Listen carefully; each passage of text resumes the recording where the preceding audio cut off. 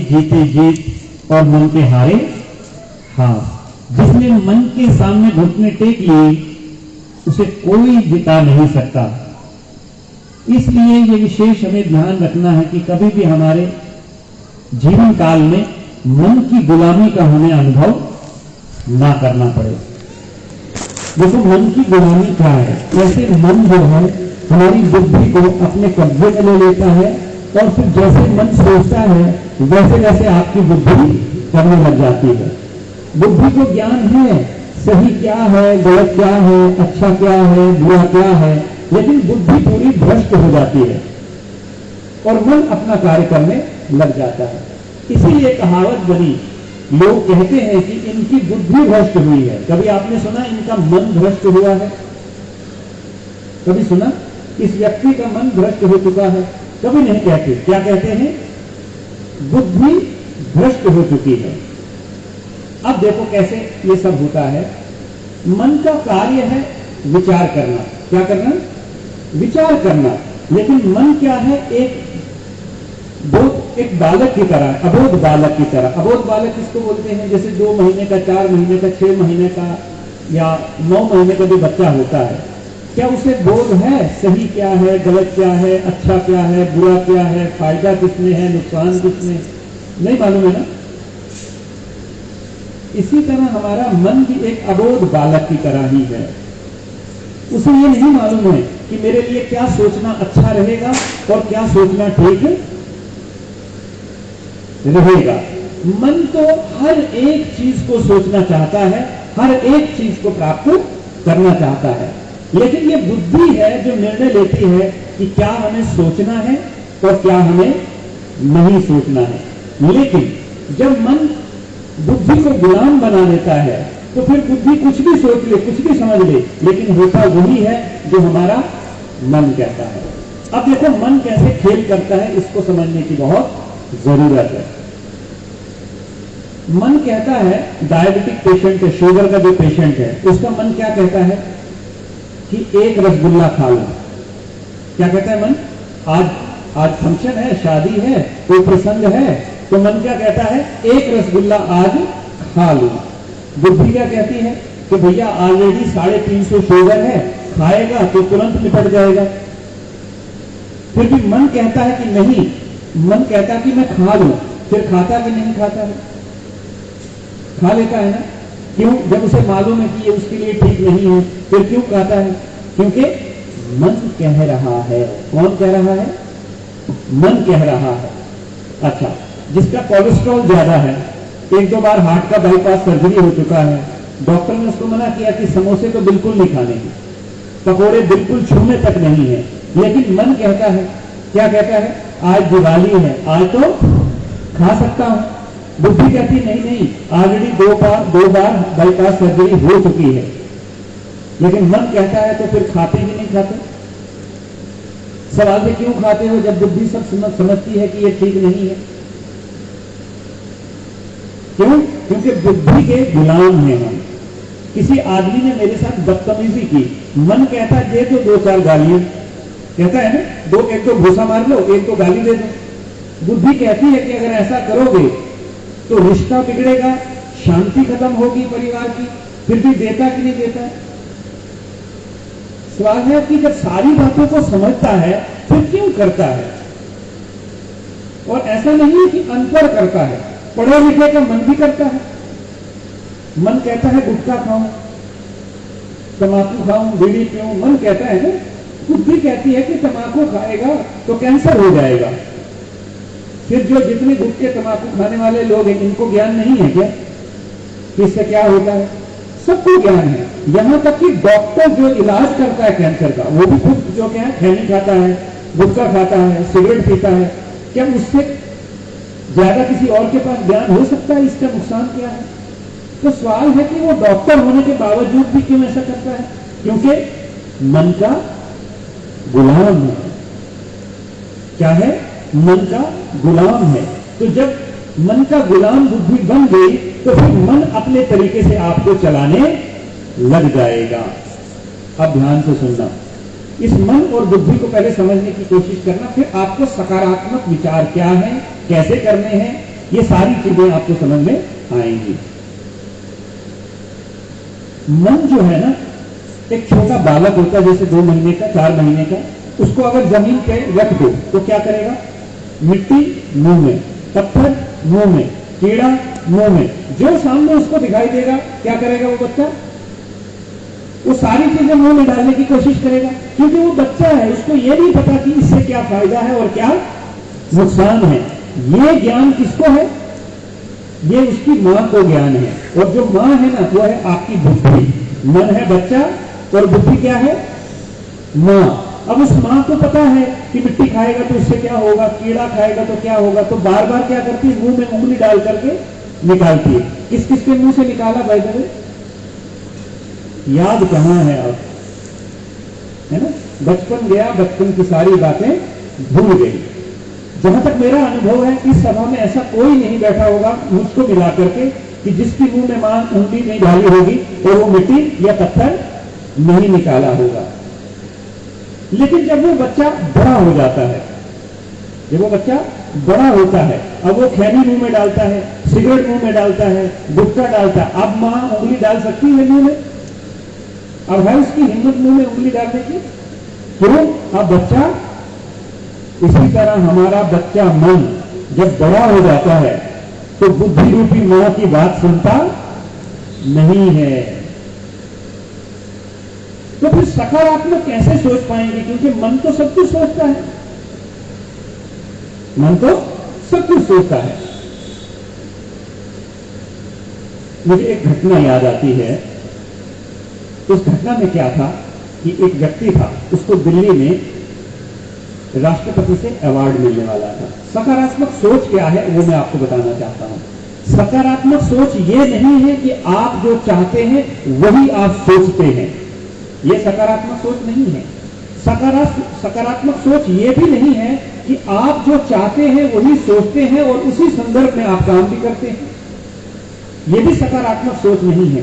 सकारात्मक सोच ये है कि मेरे जीवन में कुछ भी हो जाए, अच्छा या बुरा, मैं उसमें अच्छा क्या है यह ढूंढने की कोशिश करता हूं। यह सोच है सकारात्मक सोच। आप देखो कैसे। तो ये भाई साहब का जब एक्सीडेंट हुआ तो बड़े दुखी, बड़े परेशान कि प्रभु आपने मेरे साथ ऐसा क्यों किया। मैं ये थोड़ी कहता था कि आप मेरी टांग ना तोड़ते, लेकिन जब मैं दिल्ली से लौट के आता, पुरस्कार पा करके वापिस आता, तो आप मेरी टांग तोड़ देते। मैं तैयार था, ना कहा बोल रहा हूं आपको, लेकिन 2-4 दिन 10 दिन और अगर आप ठहर जाते तो मुझे भी वो पुरस्कार मिलता, मुझे भी बड़ी प्रसन्नता होती, मेरे परिवार में भी बहुत प्रसन्नता होती और समाज में मेरी प्रतिष्ठा भी बहुत बढ़ जाती। तो भगवान से बहुत नाराज। 2-4 दिन के बाद हमारी बहन जी थी जो वहां लोकल सेंटर की, उनके साथ हम उनको देखने के लिए चले गए। हमारे पड़ोस में रहते थे, सेंटर के पड़ोस, जैसे यहाँ पड़ोस में कोई रहते कुछ हो जाए तो बहन जी जाती होंगी उनका पता लेने। तो ऐसे हम भी गए। हम गए तो बहन जी अब क्या करेंगी, ज्ञान ही सुनाएंगी, इसके अलावा तो और कुछ नहीं कि भाई साहब आप शांत रहें, ठीक है, चिंता मत करें। ये तो नहीं कह सकती कि जो हुआ अच्छा हुआ, क्योंकि टांग टूटी नहीं सामने वाले की, तो ये तो नहीं बोल सकती कि जो भी हुआ अच्छा हुआ। बट इतना जरूर बोला कि देखो भगवान सब जानता है कि किसके जीवन में क्या अच्छा है और क्या बुरा। बोला बहन जी भगवान का तो बिल्कुल नाम मत लेना। क्यों? क्योंकि उसने मेरी टांग तोड़ी है, मेरे को दिल्ली जाना था, पुरस्कार मिलना था, लेकिन उसकी वजह से मैं गिरा। दोष किसका? और खुद ध्यान नहीं था सीढ़ी पर, सीढ़ी से पैर फिसला और गिरा और जो है पैर की हड्डी टूट गई। सोचो कितना दुखी होगा ना। ये अवसर अब उसको जीवन काल में कभी दूसरी बार किसने ऐसा लगा उसे कि ये अवसर मुझे अब जीवन काल में अगली बार कभी भी मिलने वाला नहीं है, तो कितना दुखी हुआ होगा। बहुत दुखी, परेशान, किस्मत को कोसता, भगवान को कोसता, सबको कोसता और उस सीढ़ी को भी कोस रहा था जिससे गिरा था। 10-15 दिन के बाद फिर हम गए पता लेने, हॉस्पिटल में एडमिट थे। तो पता लेने गए तो एक अखबार पढ़ रहे थे वहां हॉस्पिटल में बैठे बैठे, और क्या करेंगे दिन भर। वो 2 ईंटें लगी हुई थी और वो रस्सी से पांव जो लटकाया हुआ था, तो बैठे बैठे अखबार पढ़ रहे थे। जैसे मैं और बहन जी गए तो तुरंत कोशिश करी उठने की, उठ तो नहीं सकते थे लेकिन कोशिश करी उठने की कि मैं बहन जी के पांव छू लूं। पहले दिन तो बोल रहे थे कि मुझे कोई ज्ञान मत सुनाइए, तो आते ही बोला, बहन जी भगवान जो करता है अच्छा करता है, बहन जी भगवान जो करता है वो अच्छा करता है। तो बहन तो बड़ी हैरान हो गई कि अचानक से इतनी पॉजिटिव पॉजिटिव बातें कहां से करने लगे भाई साहब। तो बहन ने पूछा कि भाई साहब बताइए क्या हुआ। बोले, बहन जी जिस ट्रेन से मैं जा रहा था उसका एक्सीडेंट हो गया और जिस डिब्बे में मैं था 7 लोगों की मृत्यु हुई, मेरी तो खाली टांग टूटी, जीवन तो बच गया कि नहीं। पुरस्कार का क्या है, जीवित रहेंगे तो कभी भी मिल जाएगा, नहीं भी मिला तो कम से कम जिंदा तो हूं। अब समझ में आया, जो मैं सोचता हूं वही हो, ऐसा मैं बार बार सोचता हूं, ये सकारात्मक सोच नहीं। परंतु सकारात्मक सोच क्या है कि हमारे जीवन में कुछ भी होता है अच्छा या बुरा, उसमें अच्छा ढूंढने की हमें क्या करनी है, कोशिश करनी है। कई अच्छे ऐसे होते हैं जो आपको तुरंत दिखाई देते हैं, कुछ अच्छी बातें ऐसी होती हैं जो 2, 4, 5 सालों के बाद दिखाई देती हैं, और कुछ ऐसा होता है 100 साल के बाद, 10 जन्म के बाद हमें दिखाई देता है।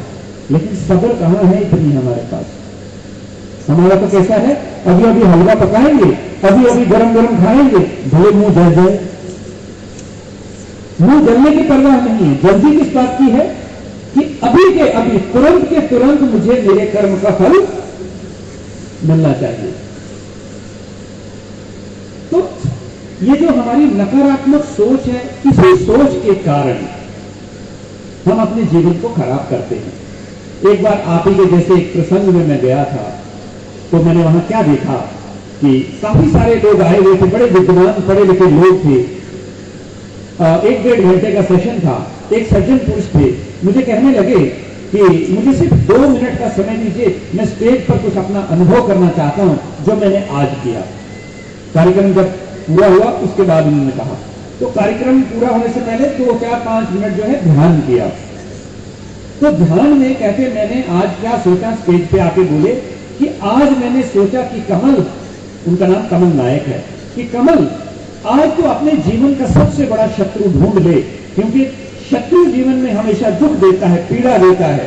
तो तू आज सबसे पहले अपने सबसे बड़े शत्रु को ढूंढ ले, और उस शत्रु को कैसे निपटना है ये भी आज तो सोच में ध्यान में। तो कहते मैं ध्यान में चला गया, तो मैंने शुरू कर दिया सोचना कि मेरे जीवन में सबसे बड़ा शत्रु कौन है, ध्यान से सुनना। तो कहते मैंने बचपन से शुरू किया ढूंढना सबसे बड़े शत्रु को।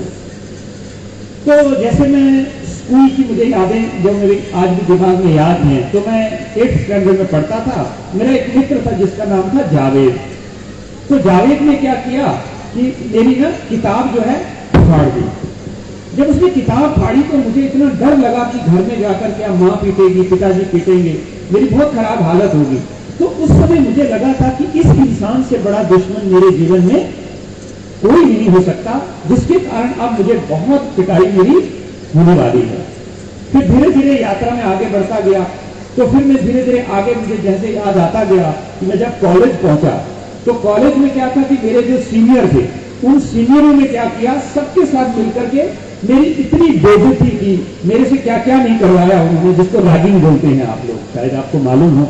कॉलेज में जो है वो सीनियर जूनियर को क्या करते, परेशान करते, जब वो आते हैं एडमिशन लेते हैं, रैगिंग बोलते हैं इंग्लिश में, इसको हिंदी में मराठी में क्या बोलते हैं मैं जानता। तो बोला इतना बेइज्जत किया, इतना बेइज्जत कि मैं फूट फूट के रोया। तब मुझे लगा कि जावेद छोटा दुश्मन है, ये उससे भी बड़े हैं, क्यों, सबके सामने इन्होंने मुझे जलील किया। ऐसे ही करते हैं लोग हमारे जीवन में, और हम उन्हें फिर क्या समझने लगते हैं, ये हमारे शत्रु हैं।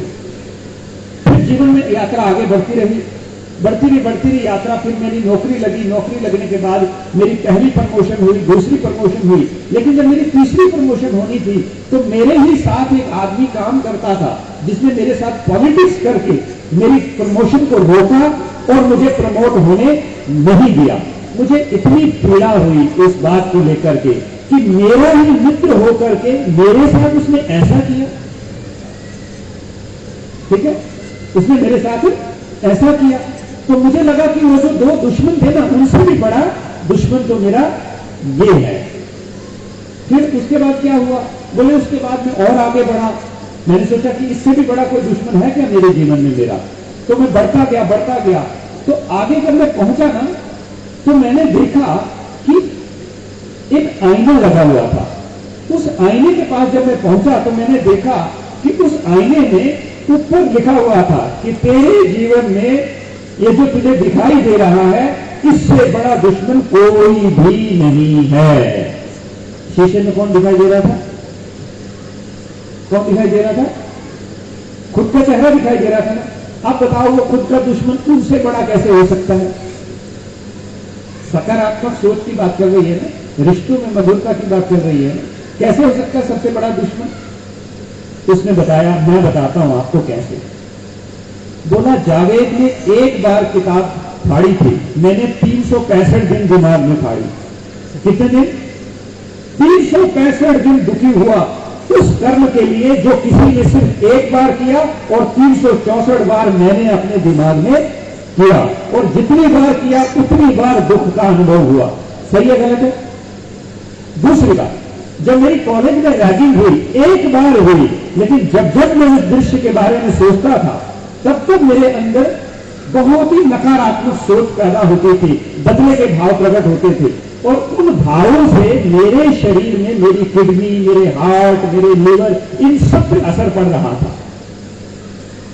प्रमोशन में एक बार में मेरी प्रमोशन होने से रुकी, कम से कम 2 बार तो हुआ, लेकिन जो एक बार नहीं हुई उसके बारे में बार बार सोच करके मैंने अपना दिमाग खराब किया, किडनी के ऊपर असर पड़ा, लंग्स के ऊपर असर पड़ा, इन सब इंद्रियों के ऊपर इतना भयानक असर पड़ा कि आज मैं बहुत बीमारियों का जीवन में अनुभव कर रहा हूं। तो सबसे बड़ा दुश्मन कौन हुआ? मेरे इस शरीर के भीतर हर एक इंद्रिया का मैं खुद हुआ ना। और मैं खुद कैसे? मेरे नकारात्मक सोच की वजह से। आप समझ पा रहे हैं? चलो मैं बच्चों को सेटल करना है, आवाज आ रही है तो सब डिस्टर्ब हो रहे हैं। अब यह है कि हम अपनी सोच को कैसे बदलें। ठीक है, सोच को बदलने के लिए सबसे पहले जीवन में एक चीज याद रखना कि आपके जीवन में आपके साथ जो कुछ भी हो रहा है उसे स्वीकार करना सीखें। आप क्या करना सीखें? स्वीकार करना सीखें। लेकिन आपको लगेगा कैसे स्वीकार करें जब सब कुछ मेरे आजू बाजू में विपरीत चल रहा है। पति मेरी बात सुनता नहीं, पत्नी मेरी बात सुनती नहीं, बच्चे घर में बात मानते नहीं, ठीक है, बहुत सारी समस्याओं से मैं घिरा हुआ हूं।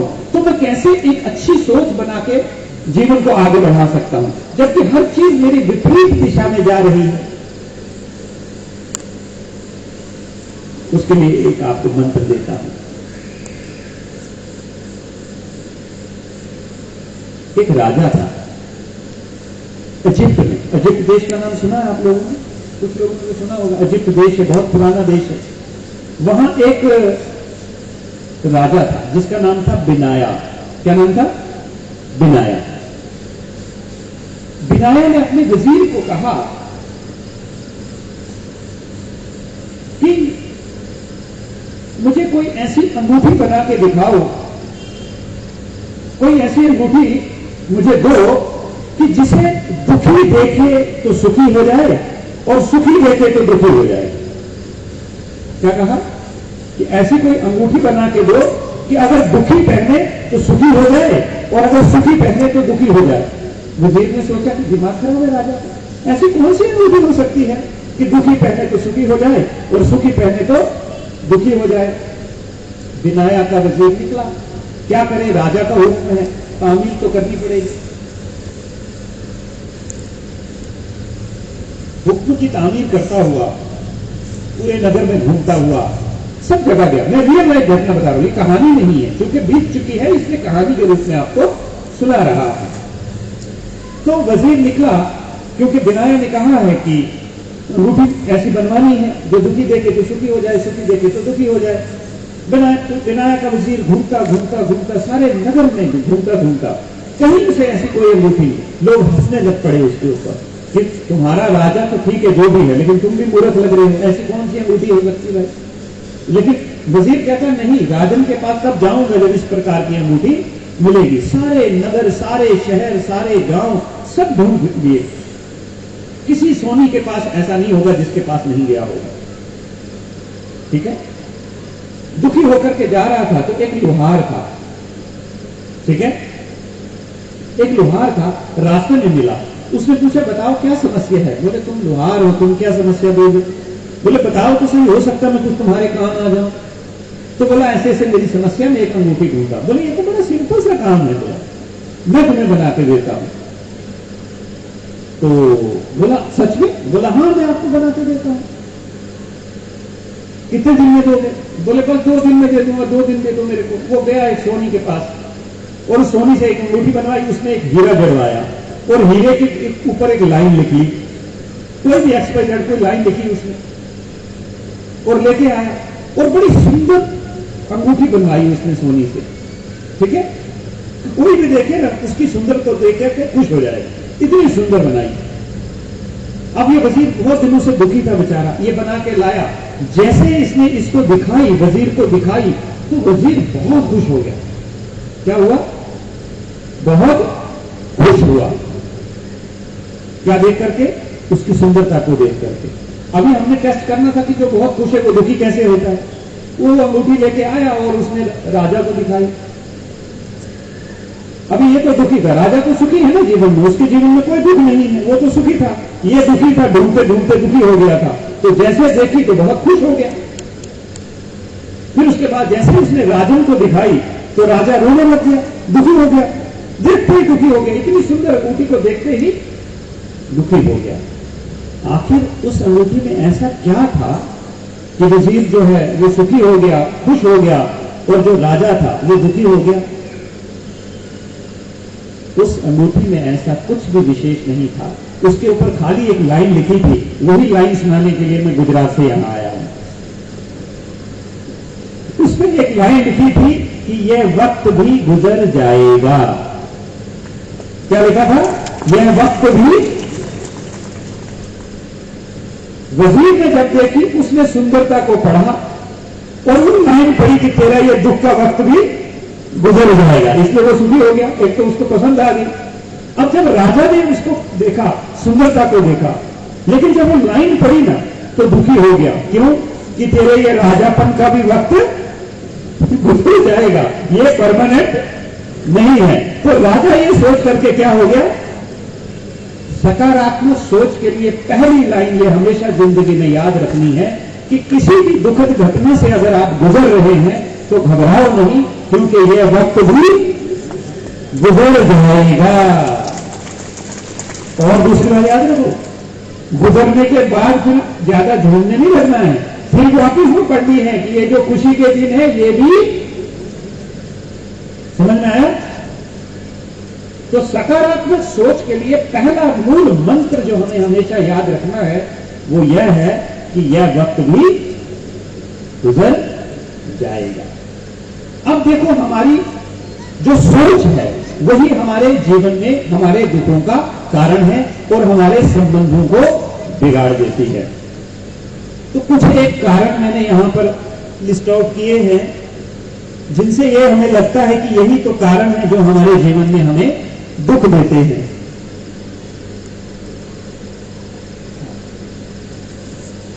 सबसे पहला जो कारण हमारे जीवन में हमारे रिश्तों को बर्बाद करता है, जीवन को दुखमय बनाता है, वह है हमारा जिद्दी स्वभाव। कौन सा स्वभाव, किस बात की जिद, अपनी बात को मनवाने की जिद, अपनी बात को मनवाने की जिद। दिल्ली हाईकोर्ट में एक डिवोर्स केस रजिस्टर हुआ।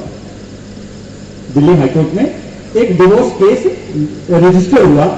दोनों की आयु है, हस्बैंड की आयु है 72 ईयर्स 72 साल और वाइफ की उम्र जो है 69 ईयर्स।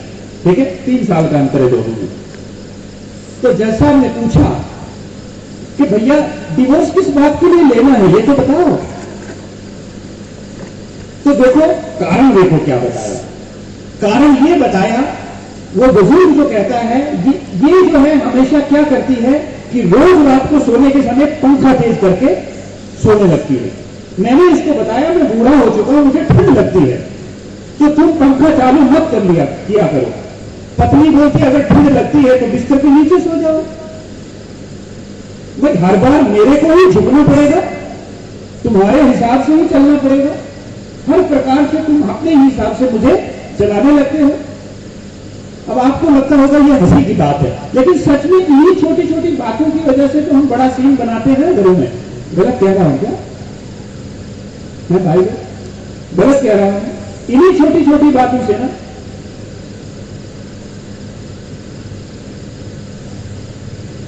छोटी बात छोटी है, लेकिन ये बात बड़ी हो सकती है कब? जब हम अपनी बात को मनवाने के लिए जिद पकड़ लें।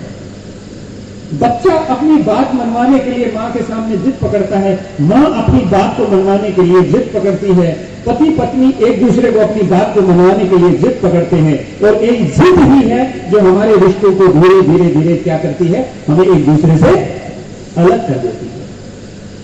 तो पहली चीज हमेशा जीवन में याद रखनी है कि अगर मैं किसी बात के बारे में कुछ अच्छा देख पा रहा हूं, सोच पा रहा हूं, शायद हो सकता है सामने वाला वो अच्छा नहीं देख पा रहा है, नहीं सोच पा रहा है। क्यों? क्योंकि आपके दिमाग में हो सकता है उस घटना के प्रति कुछ अलग सोच है, और सामने वाले के दिमाग में उसी घटना के प्रति कुछ अलग सोच है।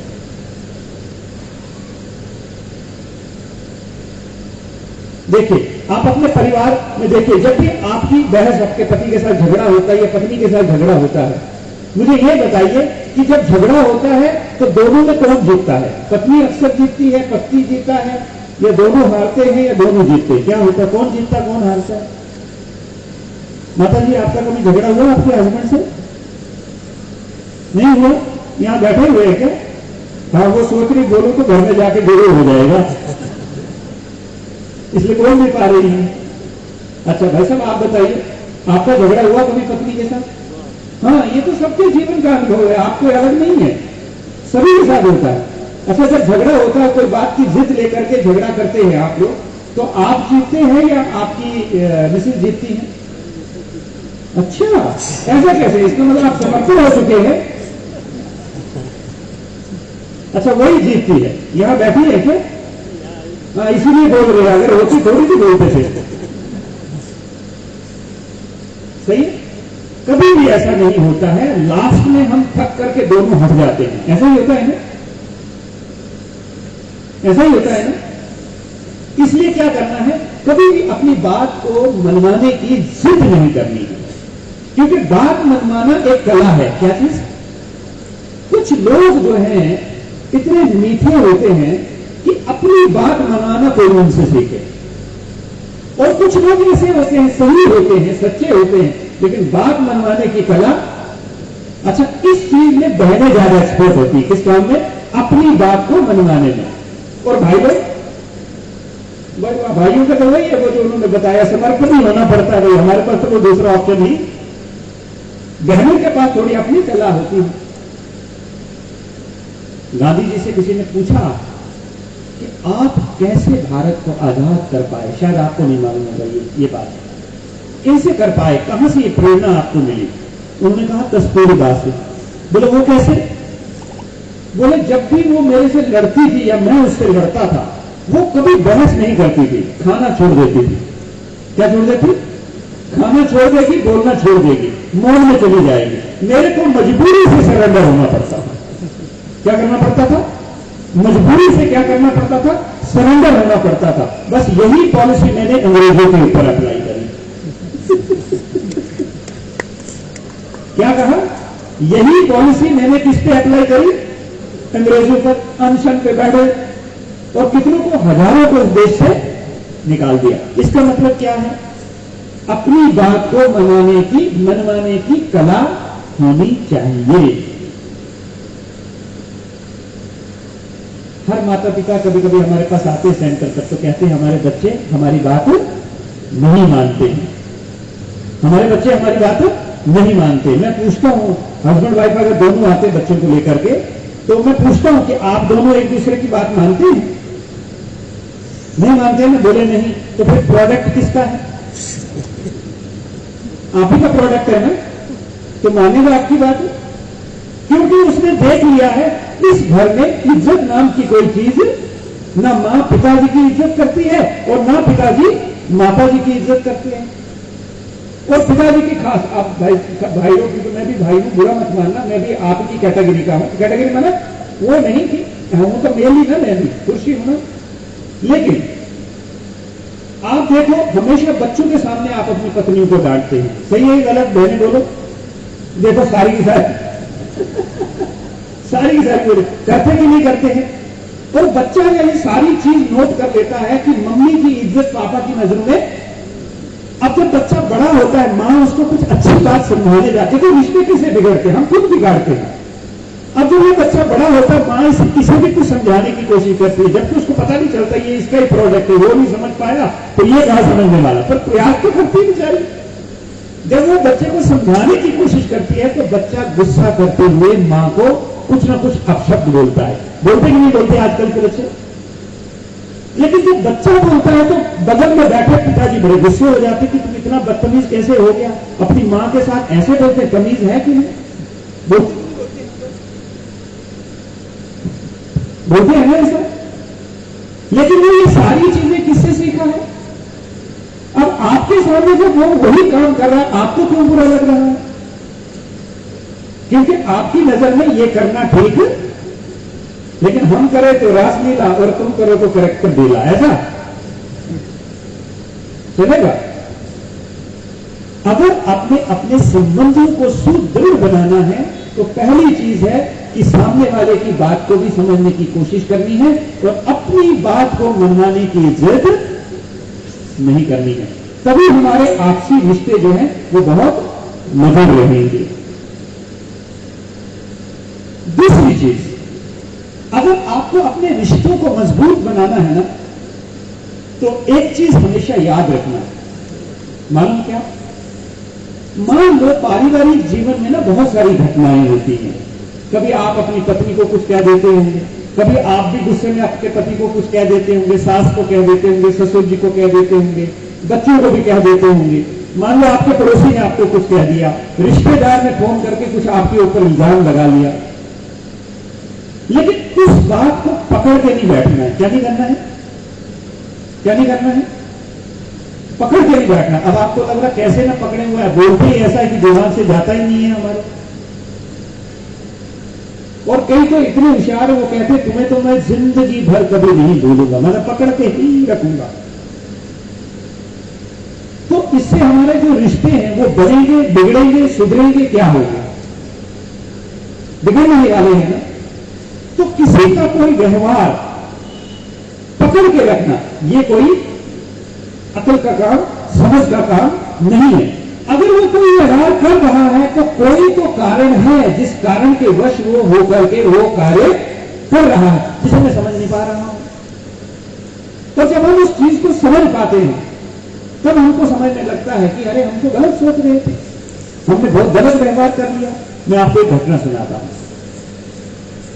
एक व्यक्ति बनारस से मुंबई की ट्रेन की यात्रा कर रहे थे। कंट्री में पहुंचे होंगे, खिड़की की तरफ बैठे हुए थे और एक टकी से एक टक होकर के बाहर देख रहे थे, ऐसे जैसे कोई पहली बार ट्रेन का सफर कर रहा हो। उनका 2 साल का बच्चा उस कंपार्टमेंट में, बड़ा शरारती, बच्चे तो शरारती होते हैं, बच्चों का नेचर होता है। जैसे हम लोग सब लोग सुन रहे बच्चे देखे या खेल रहे, उनका नेचर है, उनका स्वभाव है। तो वो बच्चा क्या कर रहा है? छेड़खानियां कर रहा है, कभी इधर घूम रहा है, उधर घूम रहा है, इसके साथ कुछ कर रहा है, उसके साथ कुछ कर रहा है। तो जो कंपार्टमेंट में बैठे हुए लोग हैं वो मनी मन पता क्या सोच रहे हैं? अरे कैसा बाप है, बच्चा इतनी शरारत कर रहा है, कम से कम थोड़ा तो ध्यान दे दे बच्चे के ऊपर, थोड़ा तो बच्चे के ऊपर ध्यान दे दे कि बच्चा इतनी शरारत कर रहा है। लेकिन हम भारतीय हैं, इतनी तो सभ्यता है हमारे में कि हम तुरंत किसी को बोल नहीं पाते हैं। भले अंदर मन में जो है घोट रहे हैं, लेकिन मुंह से तो नहीं बोल पा रहे हैं। लेकिन मनी मन क्या सोच रहे हैं? कितना खराब इंसान है। लेकिन वो बच्चा है, वो तो चुप नहीं बैठेगा ना, वो तो अपना कार्य करता ही रहेगा। जैसे अभी गए हैं तो अभी 2 मिनट के बाद फिर आने वाले हैं, बराबर, ये उनका स्वभाव है, तो अपना काम करते रहेंगे। तो इतने में क्या हुआ कि एक आदमी अखबार पढ़ रहा था, तो इस बच्चे ने क्या किया, उठ करके फट करके झपट ली उसकी अखबार, तो अखबार पढ़ गए।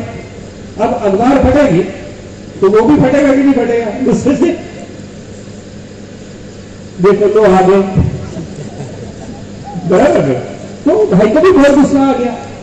तो जैसे उसको गुस्सा आया तो तब उसने कहा कि अरे भाई साहब कैसे इंसान हो आप, आपका बच्चा इतनी शरारत कर रहा है और आप है कि एकदम जो है बाहर की तरफ देख रहे हैं और कुछ समझा नहीं रहे बच्चे को।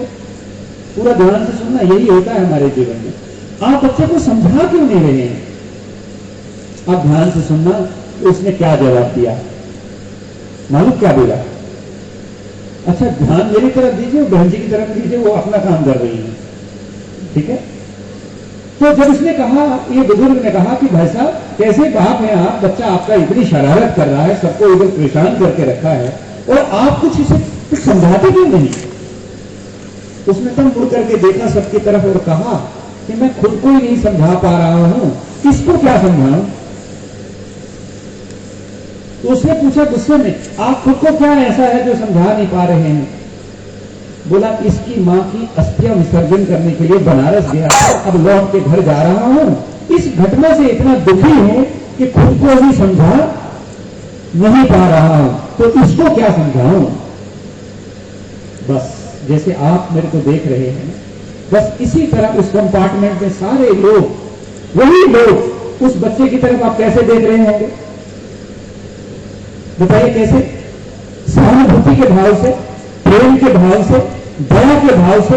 पर बच्चे की शरारतें अभी भी बंद नहीं हुई, भले उनके मन में कोई भी भाव चल रहा, शरारतें कंटिन्यू, लेकिन लोगों का उसी दृश्य के प्रति भाव बदल गया। कैसे? जैसे ही ये समझ में आया कि ये तो अनाथ बच्चा है, इसकी तो अभी मां चली गई है।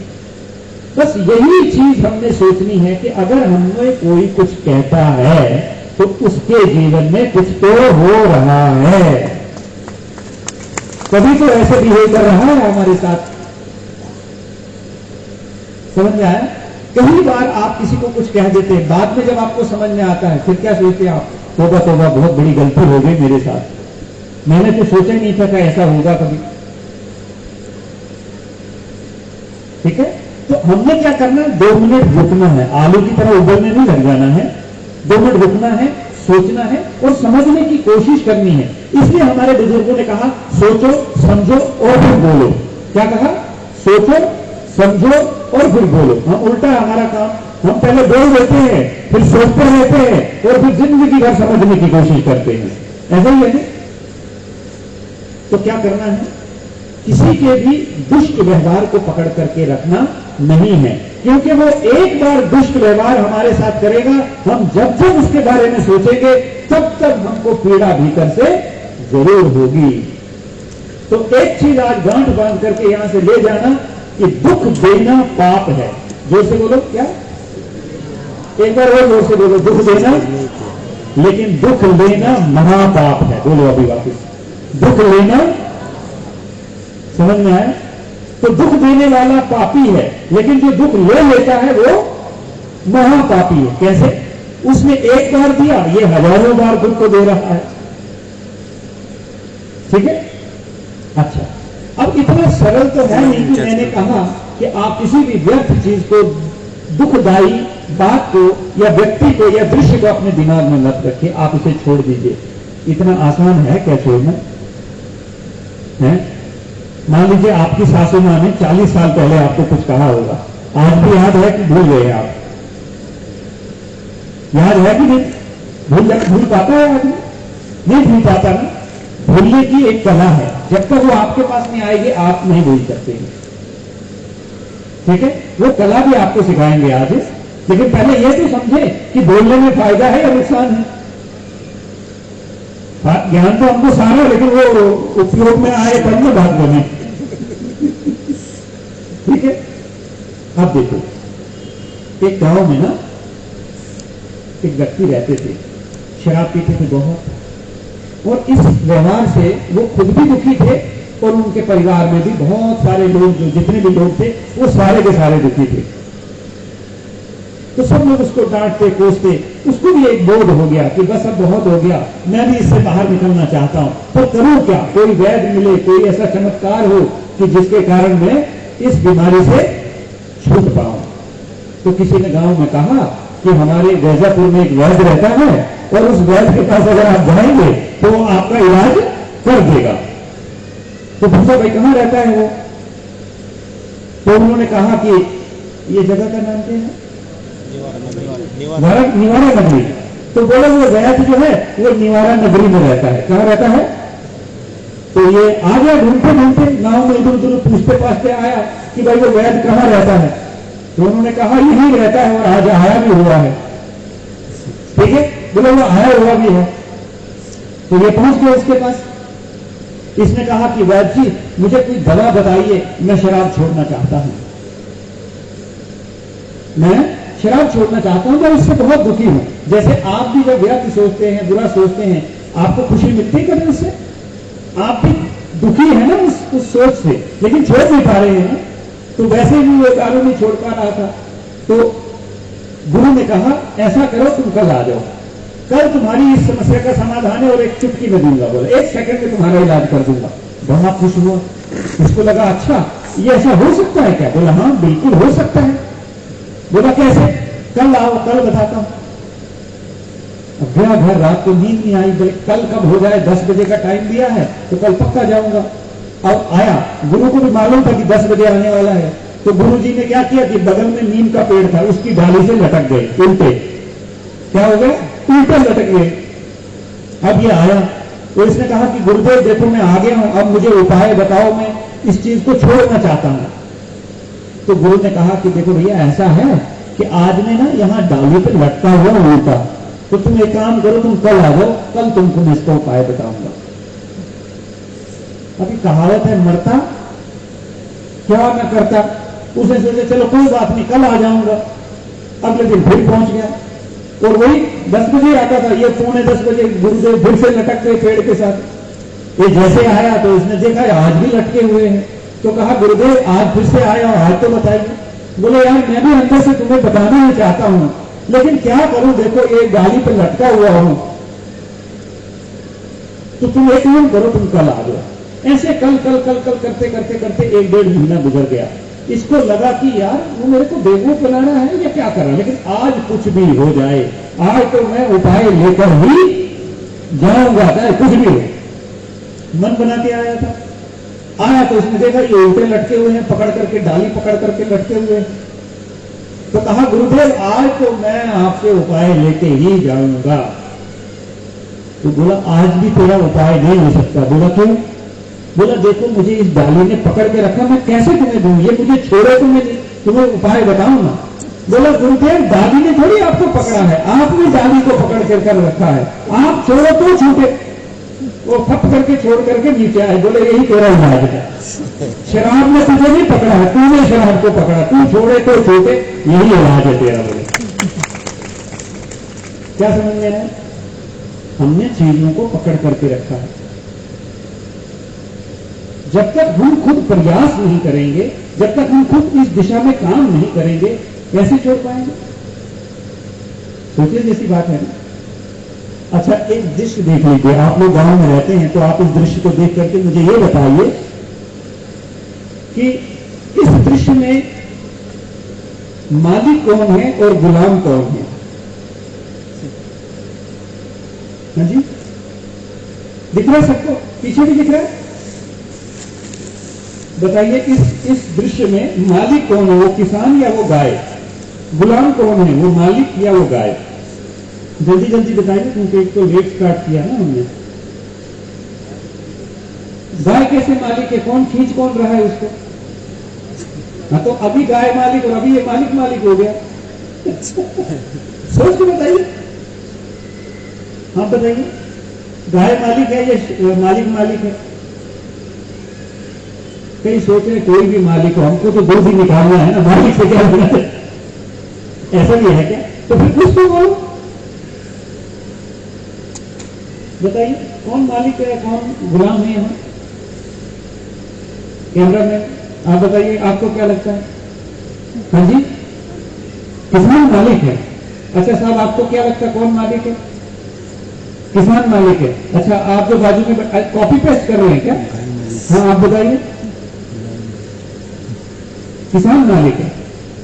अच्छा अभी एक छोटी सी एक जो है एक कर्म करते हैं, उससे ये पता चलेगा हमको कि मालिक कौन और गुलाम कौन। मुझे खाली एक चाकू ला दो ना और ये मैं वो रस्सी काट लो ना अगर एक बार, तो आपको एक ही सेकंड में पता चलेगा कि मालिक कौन और गुलाम कौन। कैसे? वही कि गाय भागना शुरू कर देगी और ये पीछे पीछे पीछे कौन घूमता है? गुलाम। तो थोड़ी देर पहले बोले जो मालिक है। अब देखो कैसे पता चला कि ये आदमी गुलाम है? क्योंकि गाय को इस मालिक में कोई इंटरेस्ट, मालिक को गाय में इंटरेस्ट है, गाय को मालिक में बिल्कुल। इसी तरह आपकी जो विचार है ना, जो व्यर्थ विचार आपने यहां दिखाए हैं, उन विचारों को आप में कोई इंटरेस्ट नहीं है, आपको उनमें इंटरेस्ट ज्यादा है। वो जो बातें आपके दिमाग में है ना, सास ने कही, बहू ने कही, पति ने कही, पड़ोसी ने कही, उन बातों को आपसे कोई लगाव नहीं है। किसको लगाव है? हमको लगाव है ना। इसलिए छोड़ो तो, क्या समझ में है? छोड़ो तो जोर से बोलो क्या? तो घर जाके क्या बोल रहा है? उनको नहीं बोल रहा है, खुद को बोल रहा है। उनको नहीं बोल रहा, किसको बोलना है? खुद को बोलना है कि छोड़ो तो छूटे। अच्छा, यहां कितने लोग हैं जो अपनी पत्नियों के साथ आए हैं? हाथ उठाओ भाई लोग। अच्छा, मतलब मैक्सिमम जो है अपनी पत्नी के साथ ही आए हैं, ठीक है। तो अब आप क्या बोलेंगे घर जाकर के अपनी पत्नी को? नहीं, फिर वही गलती कर ली ना। यही तो हम करते हैं, खुद को बोलना है छोड़ो तो, क्योंकि दोनों ने सुन लिया ना। जिनकी पत्नी नहीं आई है इनके पास मार्जिन है कि इसको बोले कि छोड़े तो छूटे, ठीक है। दोनों आ गए, इसलिए मार्जिन नहीं आ आपके पास। दूसरा, हम सब लोग इस दुनिया में जितने भी, हम सब गलतियों के पुतले हैं। सुना है ना आपने? आप में से कोई ऐसा है जो कहता मैंने अपने पूरे जीवन काल में कभी कोई गलती नहीं की? है कोई ऐसा सभा में बैठा हुआ? नहीं ना। हम सबसे जीवन काल में कोई न कोई प्रकार की गलती जरूर होती है। गलती करना गलती नहीं है, लेकिन गलती के लिए माफी न मांगना, गलती स्वीकार न करना, यह सबसे बड़ी गलती है।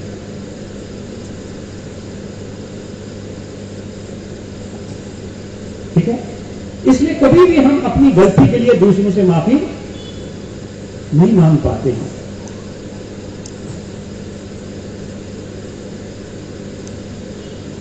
देखो, माफी मांगने का मतलब यह नहीं है कि आप कमजोर हैं। माफी मांगने का मतलब यह नहीं है कि आप कमजोर हैं। मुझे बताइए, माफ करना आसान है या बदला लेना आसान है? अच्छा, तो क्यों नहीं कर पा रहे हैं जो लोग दुख दे रहे हैं आपको? है? फिर से सोच के बताइए कि माफ करना आसान है या बदला लेना आसान है? हाँ जी। तो फिर कर क्यों नहीं पाते? खुद को भी नहीं कर पाते ना माफ कई बार हम। तो जब खुद को ही नहीं कर पा रहे हम माफ, तो दूसरों को कैसे कर पाएंगे? नहीं, गलत। बदला लेना आसान है। क्या करना है? एक डंडा ले लो, पटक दो सिर पर, बस बात खत्म। कितने को करना है? कितना टाइम लगता है? 3 सेकंड। माफ करके दिखाओ, रातों की नींदें हराम हो जाती है। नहीं कर पाता आदमी। आसान है क्या? आसान है? बड़ा मुश्किल है ना। माफ करने के लिए बड़ा दिल चाहिए। कैसे? कैसा? बड़ा दिल चाहिए। अपना तो छोटा सा है, उसमें आगे 2-4 बातें कहां रखेंगे आप? अब माफ कैसे करें? मैं आपको बताता हूं कैसे करना है। देखो, शर्मा का बच्चा क्या होता है? शर्मा होता है। पाटिल का बच्चा क्या होता है? पाटिल। पटेल का बच्चा क्या होता है? पटेल। गुप्ता का बच्चा क्या होता है? गुप्ता। खान का बच्चा क्या होता है? खान। और भगवान का बच्चा क्या होता है?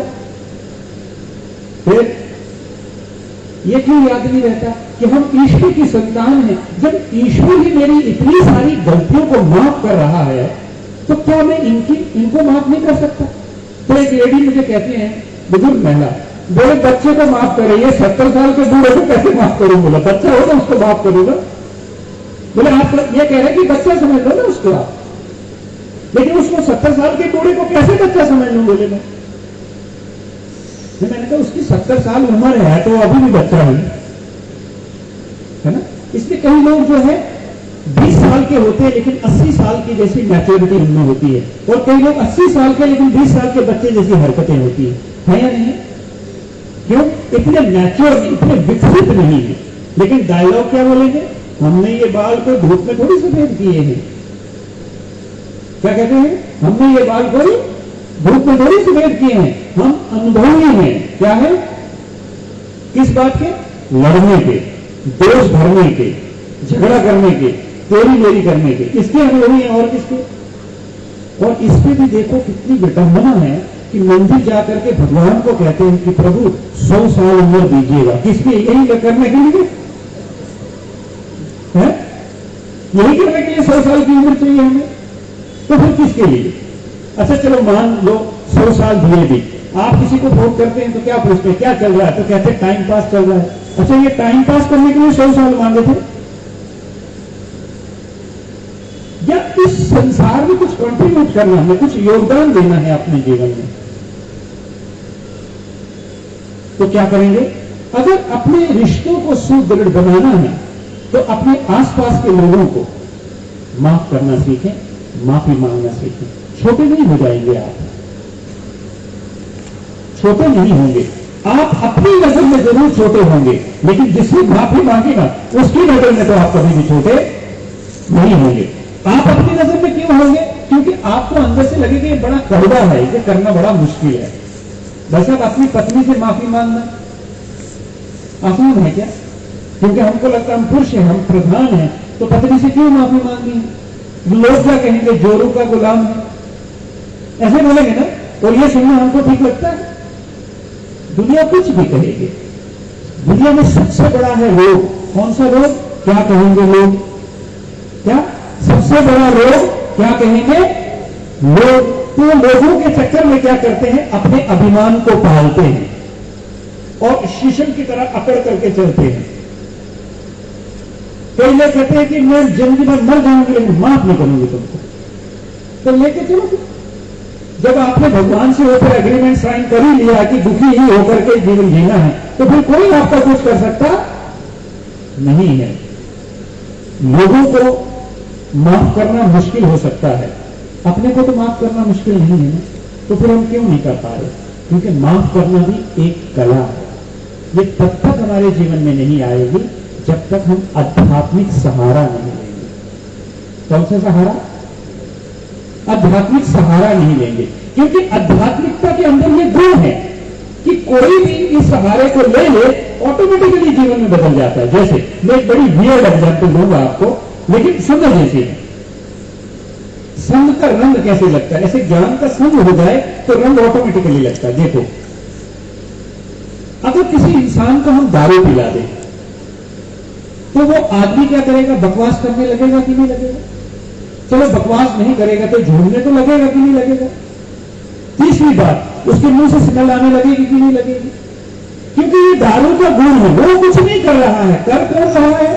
वो जो भीतर गई है वही कर रही है ना। वो निकल जाए तो फिर तो नॉर्मल हो जाएगा कि नहीं?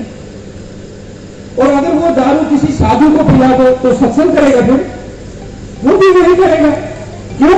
दारू किसी से भेदभाव वो कपड़े में नहीं देखती है कि सफेद पहने या काले, काम तो वही करने वाली है, कोई भी उसको अपने भीतर डाल दे। इसी तरह आध्यात्मिकता भी दारू की तरह है। कोई भी पी ले, कोई भी पी ले, किसी के साथ भेदभाव बस सिर्फ पीनी है।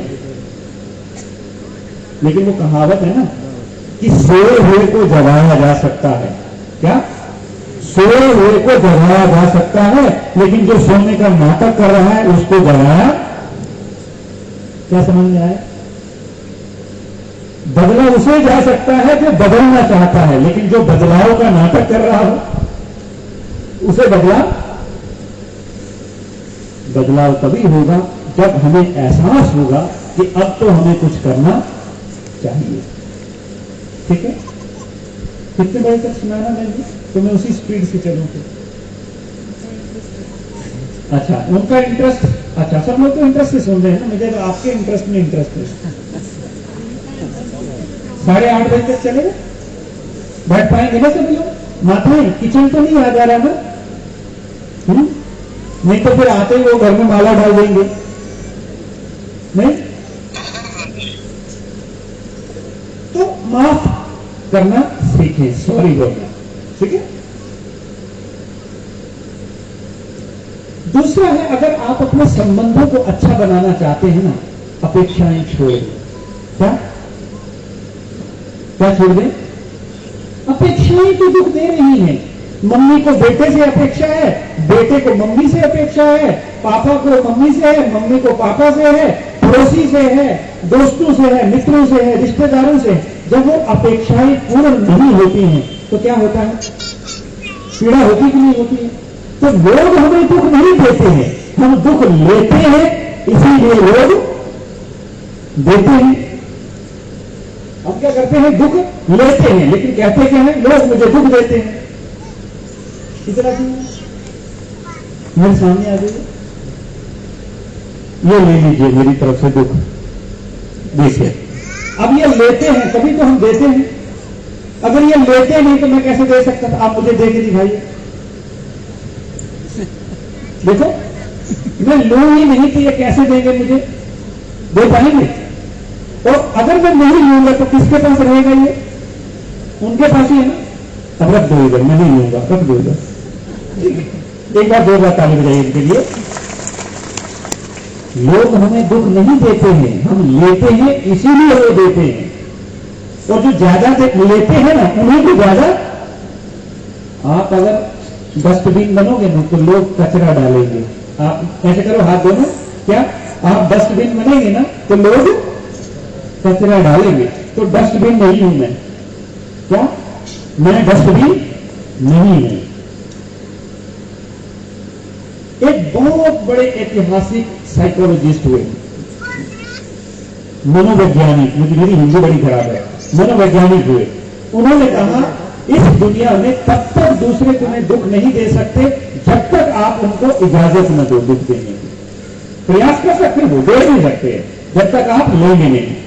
अब एक माता जी मुझे कहती है कि मनोज भैया मुझे बताओ कैसे मैं लूं, मेरी सास तो भर भर के देती है मुझे, और आप कहते हैं लेना नहीं, और मैं चुप रहूंगा तो मुंह में उंगली डालती है। ऐसा होता नहीं होता? कई लोग आप अगर आप चुप बैठे ना तो आपके मुंह में उंगली डालेंगे। कब तक? जब तक आप कुछ बोलना नहीं। तो पहले फिर ऐसे के साथ क्या करना है? मुझे पूछा कि जो मुंह में उंगली डाल करके कुछ न कुछ बुलवाने की कोशिश करते हैं, ऐसे के साथ क्या करना है?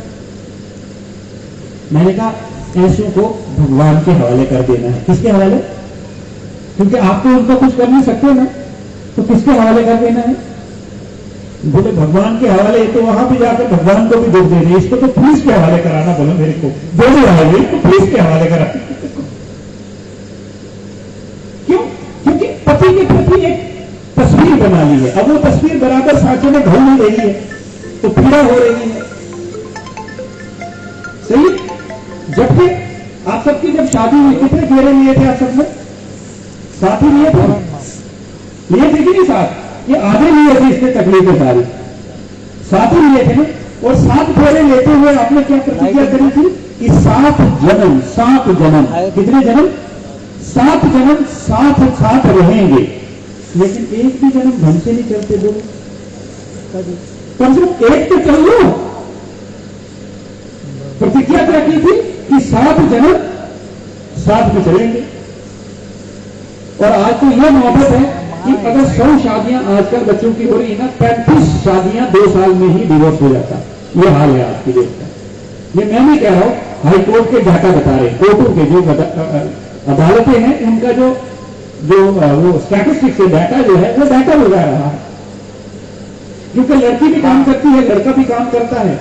जब नहीं जमती है तो तू तेरे रास्ते और मैं मेरे रास्ते, ऐसे पारिवारिक जीवन चलेंगे। देखिए सामने वाले से अपेक्षा करनी है, मैं ये नहीं कहता हूं कि आप ना करें, लेकिन सामने वाले की क्षमता भी देखिए कि क्या वो उस अपेक्षा को पूर्ण करने के काबिल है या नहीं। ठीक है? दूसरी चीज कि अगर मान लो कोई पीड़ा दे भी रहा है हमें, तो ये सोचो ना कि मैंने भी तो जीवन काल में कोई ऐसा कर्म किया होगा तब ना मुझे उसका फल मिला है। तो कभी कभी कुछ लोग बोलते थे यही फल था मेरे लिए भगवान ने रखा। अब सीता फल का जो पेड़ है उस पर खजूर तो नहीं लगेगा ना, कौन सा लगेगा? सीता फल ही लगेगा ना। मतलब अगर मैं सीता फल का पेड़ हूं तो मेरे घर में मेरी पत्नी कैसी आएगी? सीता फल जैसी आएगी ना, उसके अलावा आ सकती है क्या? अच्छा मुझे बताओ, श्री राम को भी कोई धमकी नहीं मिली थी क्या? बोला था ना सर्कल से बाहर नहीं जाना, समझा के गए थे ना, फिर क्यों गए? सबके साथ ऐसा ही होता है। लेकिन जब वो मिली तो दो झापड़ लगाए, बेवकूफ औरत, तेरे को कितना समझाया था कि सर्कल से बाहर नहीं जाता? नहीं ना, क्यों? क्योंकि श्री राम कर्म का ज्ञान रखते थे। किसका ज्ञान? किसके किसके कर्म? अपने कर्म, सीता के कर्म, रावण के कर्म, लंका के कर्म, जितने भी इस युद्ध में निपट गए उन सबके कर्म। हमारे पास वो कर्म का ज्ञान नहीं है, इसलिए बार बार क्या सोचते हैं कि मेरे साथ ऐसा हुआ तो क्यों हुआ, मैं तो बहुत अच्छा हूं। अच्छा, खुद ही सर्टिफिकेट लिखवा लिया है मैं बहुत अच्छा हूं। ऐसा नहीं कि किसी ने कहा कि तुम बहुत अच्छे, इसको हम कहते हैं सेल्फ सर्टिफाइड। तो अपेक्षाएं रखना ठीक है, लेकिन जरूरत से ज्यादा नहीं। अब देखो, सास और बहू लड़ती है और बच्चे से बीवी क्या एक्सपेक्ट करती है कि ये आदमी मेरी तरफदारी करे। बीवी क्या सोचती है, ये जो आदमी है जिसके साथ मैंने साथ फेरे लिए हैं, ये मेरी ही तरफदारी करे। और मां क्या सोचती है? मां ये सोचती है कि जिसको मैंने 9 महीने पेट में रखा है, ये सिर्फ मेरी। एक बार मैं ऑफिस में बैठा था, मेरे एक कलीग थे, ऐसे दोनों हाथ पकड़ करके बैठे हुए थे टेबल पे। मैंने उनको पूछा, कैसी, क्या हुआ, क्यों इतने दुखी हो? मुझे कहते, कोतवाल जी सच में आप बहुत लकी हैं। मैंने कहा क्यों? बोला आप 2 मां के चक्कर में नहीं हैं।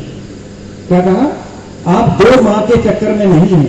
मैंने कहा कौन सी 2 माएं? बोला एक मेरी मां और एक मेरे बच्चों की मां। कौन सी 2 माएं? एक मेरी मां और एक मेरे बच्चों की मां। तो मैंने पूछा कि भाई क्या हुआ ये 2 मां का चक्कर? बोला मां कहती है शादी से पहले तू बहुत अच्छा था, शादी के बाद तू बिगड़ गया है, तू बीवी का हो गया है। बीवी कहती है शादी से पहले तू ठीक था, लेकिन शादी के बाद तू किसका हो गया है? बोला मेरे को यही समझ नहीं आता है कि मैं मेरी मां का हूं या मेरी बच्चों की मां का हूं, किसका हूं मैं?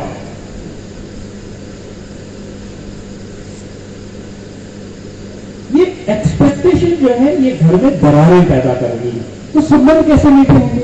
अब माता जी को मान लो उनकी बहू ठीक नहीं है, खुद की भी जिंदगी खराब कर ली, बेटे की भी करनी है। थोड़ा सा तो समझना पड़ेगा ना कि हमारे तो ऐसे किलोमीटर पूरे हो गए, जीने हो ना थोड़ा इनको भी। नहीं 25 साल से फ्रिज ऐसे था, आज ये ऐसे कैसे हो गए तुम्हारे आने के बाद? ये ऐसे ही रहना चाहिए। क्यों? क्योंकि ये 25 साल मेरे हिसाब से ऐसे ही था। हेलो, स्वीकार नहीं कर पाते हैं ना, क्योंकि हमको बहू कैसी चाहिए? मैं जो बोलूं तोते जैसे होनी चाहिए। कैसे? हाँ, मैं जो बोलूं स्वयं रिपीट करने वाली। ऐसी है क्या किसी के घर में? सब इधर उधर देख रहे हैं कि शायद किसी के घर में हो, किसी के घर में नहीं हो। क्यों? बताए ना, श्री राम को मिली थी तोते जैसी, जो मिली बस उसी को चला लिया। तो हमको भी ऐसे ही करना कि जो मिला है, जो मिली है, उसी के साथ हमने अपने जीवन का निर्वाह करना। लेकिन हमको क्या लगता है, पत्नी पता क्या बोलती है? वो गुप्ता जी को देखो कितना प्रेम करते हैं, एक तुम हो बोला, ठीक है? तो ये भी बोलता है कि देखो मेरे पड़ोसी की बीवी कितनी अच्छी, कितना दूर मुस्कुराते मुस्कुराते रास्ते से जाते हैं, उसको क्या मानो, रास्ते ही मुस्कुराते, घर में तो ये भी युद्ध करते हैं। तो हम हमेशा क्या करते हैं? कंपैरिजन करते हैं। क्या करते हैं? हिंदी में पता नहीं क्या बोलते हैं इसको, तो हम हिंदी तुलना करते हैं। Correct, absolutely correct. तो हम क्या करते हैं? अपने जीवन का जो है दूसरे के जीवन के साथ कंपैरिजन करने लगते हैं। फिर हमको लगता है कि देखो उनके जीवन में कितना सुख है, मेरे जीवन में क्यों नहीं है? जबकि वो भी वही सोच रहे हैं कि इनके जीवन में देखो कितना सुख है और मेरे जीवन में क्यों नहीं? सुखी बस वही है, ध्यान से सुनना, सुखी बस वही है जिसको ये ना पूछो तेरा क्या हाल है।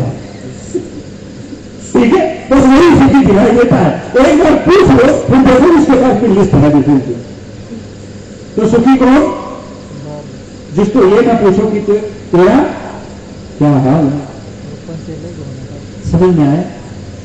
तो उम्मीदें रखनी है, एक्सपेक्टेशन रखनी है। हर माँ बाप जो है बच्चों के ऊपर जो है पूरी ताकत लगाते हैं, तू पढ़ पढ़ पढ़ पढ़, अच्छा नंबर ला ला ला, ये सारी माएँ सारे पिता करते हैं।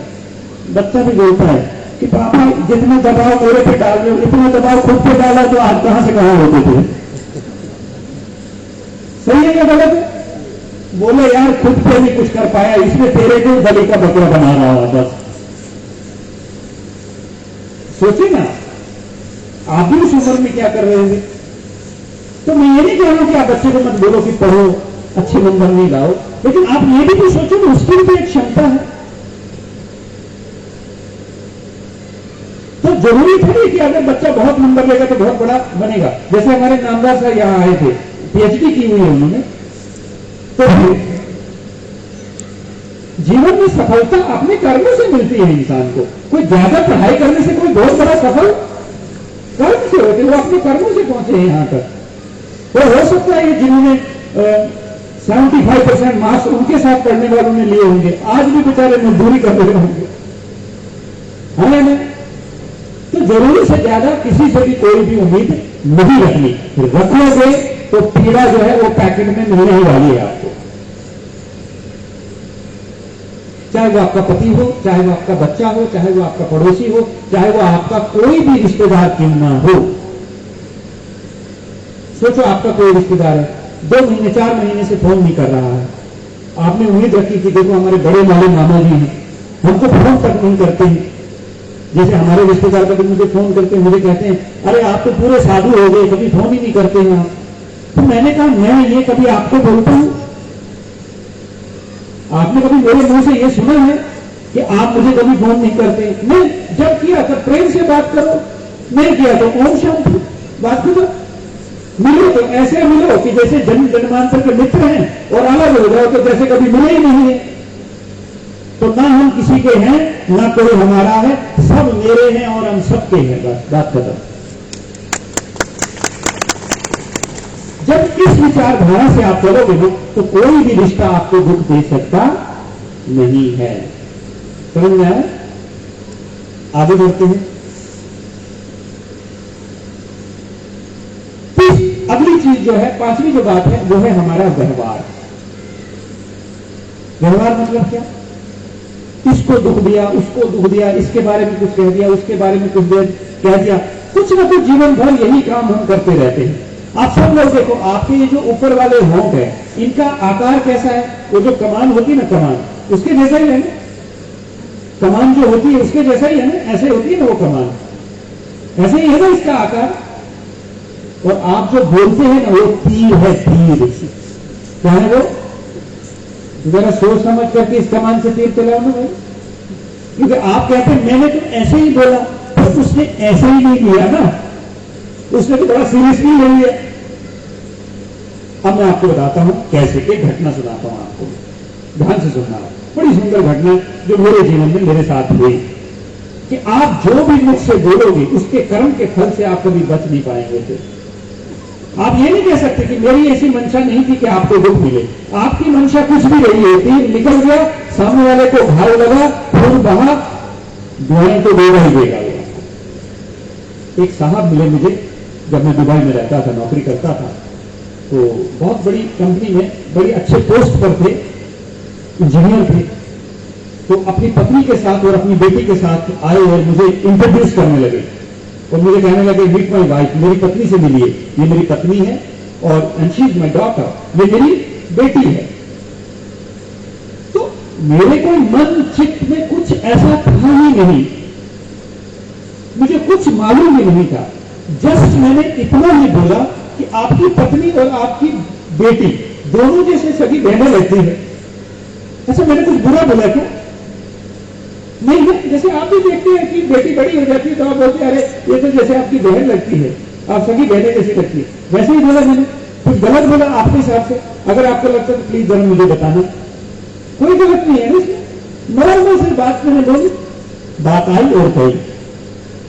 अगले दिन मैं देख रहा हूं कि आज मैं बड़ा उदास हूं। क्यों हूं? मैंने ऐसा तो कुछ किया ही नहीं है। वो तो बात खत्म हो गई, वो तो अगले दिन हुई थी ना, उसके बारे में तो कोई दिमाग में था ही नहीं, क्योंकि मेरे मन में कुछ होता तब मैं कुछ सोचता, मेरे मन में कुछ नहीं था। लेकिन मैं पूरा दिन उदास हूं, ध्यान वाले कमरे में बैठा, मैं भगवान से कहूं कि प्रभु आज मेरे से क्या गलती हो गई है कि सुबह से लेकर आज मैं खुश नहीं हूं, उदास हूं। और मैं पूरा दिन देख रहा हूं कि मैंने आज कोई गलती तो नहीं करी, परंतु कोई गलती मुझे दूर दूर तक दिखाई नहीं दे रही, फिर मैं उदास क्यों हूं? समझ में नहीं आ रहा। पूरा दिन उदास रहा, शाम तक उदास रहा, रात बीती, रात को नींद नहीं आ रही थी, मन में बड़ा बोझ जैसा महसूस हो रहा था, लेकिन पकड़ नहीं पा रहा था कि चल क्या रहा है, हो क्या रहा है मेरे साथ। अगले दिन क्या हुआ, ये हमारा ब्रह्मा कुमारी केंद्र में आते थे रोज, अगले दिन सुबह फिर क्लास में आए। मैं नया आया था उस सेंटर पे, मुझे कहते कोतवाल साहब मुझे 2 मिनट आपसे मिलना है। वो व्यक्ति बोलते थे अगले दिन मेरे से मिले थे, तो मुझे लगा कि शायद मैं काउंसलिंग करता हूं, सबकी कोई इनकी प्रॉब्लम होगी तो काउंसलिंग के लिए मिलना चाहते हो, 2 मिनट अंदर चलिए मेरे साथ। तो मैं गया अंदर, सब बैठे और रोने लगे। मैंने कहा क्या हुआ? बोला आपको किसी ने मेरी कहानी सुनाई है क्या? मैंने कहा नहीं, मैं आपकी कहानी जानता ही नहीं, जस्ट कल मिले हम, and that too for a fraction of time, कुछ समय के लिए मिले हम, मैं आपकी कोई कहानी नहीं जानता हूं। उन्होंने कहा कल मुझे बहुत पीड़ा हुई जब आपने, क्योंकि पहली बार किसी ने ऐसा बोला होगा उनको, मैं आपको अपनी कहानी सुनाना चाहता हूं। वो जो मेरी बेटी है ना, वो मेरी पहली पत्नी की बेटी है, और ये जो औरत है ना, ये मेरी दूसरी शादी है। इसका भी हस्बैंड की डेथ हुई थी और मेरी वाइफ की डेथ हुई एक्सीडेंट में। हम एक ही कार में थे, मैं, ये मेरी बेटी और मेरी पहली वाली पत्नी। तो हम रास्ते से जा रहे थे, अचानक हमारा एक्सीडेंट हो गया और उस एक्सीडेंट में उसकी मृत्यु हो गई, इस बच्ची की मां की मृत्यु हो गई। तब इस बच्ची की उम्र जो है 13 साल की। मैं प्रोजेक्ट मैनेजर था, पूरा प्रोजेक्ट देख रहा था, मेरे पास समय नहीं होता था, और दुबई जैसे शहर में बेटी को अकेला नहीं रख सकता, 15-16 साल की हो गई। तो मुझे लगने लगा कि अब इसके लिए कोई तो सहारा घर में चाहिए। तो मैं फेसबुक पे, हाँ जैसे आप लोग भी फेसबुक, जैसे बच्चे हैं जानते फेसबुक क्या होता है, तो वहां पर ये लड़की भी फेसबुक पे थी, ये जो मेरी अभी बीवी है ये भी फेसबुक पे थी। तो धीरे धीरे बातचीत करते करते मुझे लगा इसकी भी परिस्थिति मेरे जैसी है, और उसको भी लगा कि इसकी परिस्थिति मेरे जैसी है। तो हम दोनों ने डिसाइड किया कि चलो हम दोनों शादी कर लेते हैं। तो मैंने शादी कर ली इससे। लेकिन कल की उस घटना से मुझे यह एहसास हुआ कि मैंने कितना गलत काम किया कि अपनी बेटी की उम्र की लड़की से शादी कर ली। तो कितना पीड़ित हुआ होगा ना वो। इसलिए उसके मन से जो दुख के भाव निकल रहे थे ना, वो मुझे डिस्टर्ब कर रहे थे। कितनी सूक्ष्म चीज है ना। इसलिए कई बार आप सबको अनुभव है, बताना अगर गलत मैं कह रहा हूं तो बोलना कि नहीं हमारा नहीं है। इसलिए कई बार आपके जीवन में कुछ गड़बड़ नहीं है, फिर भी आप उदास है, होता है कि नहीं है? पूछो क्यों? कहीं न कहीं कभी न कभी किसी को पीड़ा जरूर अपने व्यवहार से हमने दी है, तो आज हमें याद है। तो जब भी हम अपने व्यवहार से किसी को पीड़ा देंगे, वो दुआएं देगा हमको? नहीं देगा ना। उसके मुंह से बददुआ ही निकलेगी ना। तो जब बददुआ निकलेगी तो सोचो कि हमारा जो पारिवारिक जीवन है वो सुखद होगा या दुखद होगा? फिर दुख बच्चे की तरफ से मिलेगा, बीवी की तरफ, कहीं से मिलना है, क्योंकि दुख ने आपको देना है तो किसी को भी निमित्त बना करके दुख देगा। तो हमको लगता है ये व्यक्ति मुझे दुख दे रहा, वो व्यक्ति नहीं दे रहा, मैंने जो कर्म किया है वो कर्म मुझे दुख दे रहा है। समझ में आया? तो आपकी बहू, आपकी सास, आपकी बीवी, आपके पति, आपके दुश्मन, ये सारे एटीएम मशीन है। क्या है? क्या है ये? बस आपको वही मिल रहा है जो आपने बैंक में जमा किया है। तो मशीन को दोष मत दो। दोष किसको दो? जो बैंक में इसलिए अपने व्यवहार के ऊपर भी हमें बहुत ध्यान देना है। कहीं ऐसा ना हो जाए कि मेरे एक शब्द से हमारे रिश्ते खत्म हो जाए। बोलते ना जब झगड़े में गुस्से में लाल हो जाते हैं, कुछ भी बोल देते हैं, तू मर जा मुझे कोई परवाह नहीं, तू चला जा या तू चली जा, कहते कि नहीं कहते? लेकिन 7 फेरे लेते हुए कभी आपने वो मंत्रों में ये बोला था कि नौबत आई तो ये भी कहूंगी, ये भी कहूंगा? नहीं ना। इसे अपने व्यवहार के ऊपर हमने बहुत ध्यान देना है कि गलती से भी मुख से ऐसा कोई शब्द न निकले कि किसी की रातों की नींद हराम हो जाए। जब आप अपने शब्दों के ऊपर ध्यान देंगे, मैं कहता हूं आपके जो रिश्ते हैं ना वो हमेशा के लिए सुदृढ़ होने वाले। देखो मैं और रघुनाथ भाई जो है परसों जो है जवाहर कॉलोनी जो औरंगाबाद में वहां से निकले M9 की तरफ, M4 या M9, ठीक है। पीछे से एक आदमी शराब पी के आ रहा था मोटरसाइकिल, उसने धप करके इनकी गाड़ी को पीछे से मार दिया। मारा था कि नहीं मारा? तो मुझे पूछते क्या हुआ? मैंने कहा किसी ने लगा दिया आपको पीछे से। अच्छा, इन्होंने गाड़ी रोकी, बाहर निकले और देखा कि एक आदमी मोटरसाइकिल से पीछे से आ रहा था, उसने टक्कर मारी और वो गिर गया। ठीक है, इनकी गाड़ी को पीछे से डंट पड़ा, उसके ऊपर कोई ध्यान नहीं। उस आदमी की तरफ चले गए कि देखो उसको कुछ हुआ तो नहीं। उस आदमी ने शराब पी रखी थी, यही बोला ना मैंने आपको, इसने शराब पी हुई है। तो भी पुलिस ऑफिसर होने के बावजूद भी इन्होंने इसको ये भी नहीं पूछा कि तूने ऐसा क्यों किया भाई, हो गया बात खत्म, अब लड़ने से कुछ होने वाला है क्या?